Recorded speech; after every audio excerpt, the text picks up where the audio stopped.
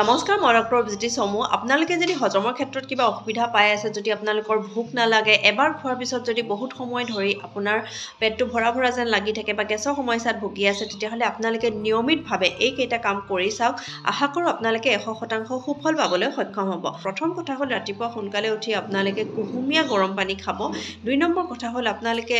30ৰ পৰা 60 মিনিট অৰ্থাৎ এঘণ্টামান আপোনালোকে এক্সাৰসাইজ কৰিব পুৱা গধূলি তেতিয়া আপোনাৰ বডিটো ৱাৰ্ম আপ হোৱাৰ লগে লগে আপোনাৰ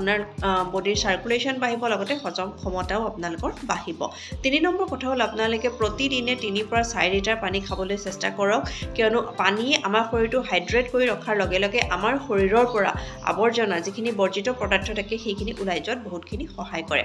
4 নম্বৰ কথা হ'ল আপোনালোকে বাহিৰৰ খাদ্যসমূহ পৰিহাৰ কৰক পেকেট খাদ্য বা যিখিনি জাংক ফুড আছে সেইখিনি পৰিহাৰ কৰি ঘৰতে প্ৰস্তুত কৰা খাদ্যসমূহ খাওক য'ত আপোনালোকৰ প্ৰটিন ভিটামিন ফাইবাৰ ৰিচ গুটেইখিনি যাতে খাদ্য আপোনালোকৰ অন্তৰ্ভুক্ত হৈ থাকে সেইটো মন কৰিব 5 নম্বৰ হ'ল আপোনালোকে ঘৰতে যিখিনি আমি প্ৰস্তুত কৰিব পাৰো ফলমূলৰ ৰস সেইখিনি খাব পাৰে মিল্ক শেক বনাই খাব পাৰে কিন্তু বাহিৰৰ যিখিনি আমাৰ কোল্ড ড্ৰিংকস থাকে বা বাকি এনেকুৱা ধৰণৰ পানীয় থাকে সেইবিলাক এভয়েড কৰিব পাৰিলে বেছি ভাল নাম্বাৰ 6 হ'ল কমাই খাব ঘনাই খাব এটো আমাক পূৰ্বপুৰুষসকলেও কৈ আহিছে যে যদি আমি কমকৈ খাওঁ আৰু ঘনাই খাওঁ তেতিয়াহ'লে আমাৰ পাচন শক্তি বহুত পৰিমাণে বৃদ্ধি হোৱাত সহায় হয় 7 নম্বৰ কথা হ'ল আপুনি আপোনাৰ খাদ্যখিনি এনজয় কৰি খাওক যিখিনি খাদ্য খালে আপোনাৰ মনটো ভাল লাগে তেনেকুৱা খাদ্য হেলদি খাদ্য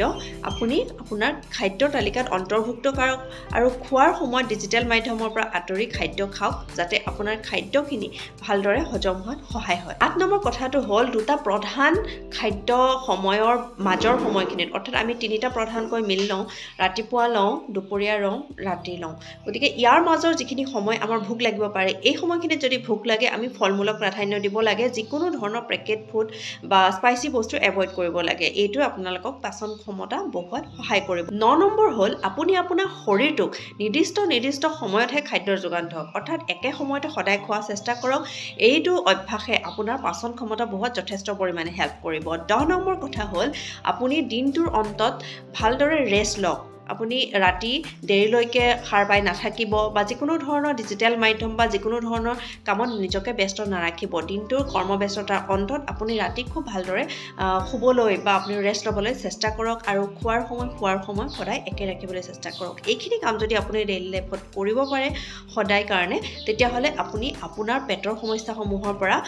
অতি সোনকালে উপশম পাবলৈ সক্ষম হ'ব যদি আপোনালোকৰ ভিডিঅ'টো ভাল লাগে সকলোৰে লগত শ্বেয়াৰ কৰিব বুলি আশা থাকিল আৰু যদি আপোনালোকে এনে ধৰণৰ ভিডিঅ' ভাল পায় তেতিয়াহ'লে এই ইউটিউব চেনেলটোত যদি আপুনি নতুন হয় তেতিয়াহ'লে কাইণ্ডলি আপোনালোকে সাবস্ক্ৰাইব কৰিব আৰু যদি আপোনালোকে এই ভিডিঅ'টো ফেচবুক পেজত চাই আছে তেতিয়াহ'লে ফেচবুক পেজটো ফলো কৰি দিবলৈ নাপাহৰিব লগতে বেল আইকনটো দবাই দিব যাতে সকলোখিনি নটিফিকেশ্যন আপোনালোকে নতুন ভিডিঅ' আপলোড হোৱাৰ লগে লগে পায় নতুন এটা ভিডিঅ'ৰে আপোনালোকৰ লগত পুনৰ লগ হ'ম আজিলৈ আহিছোঁ থ্যাংক ইউ ফৰ ৱাচিং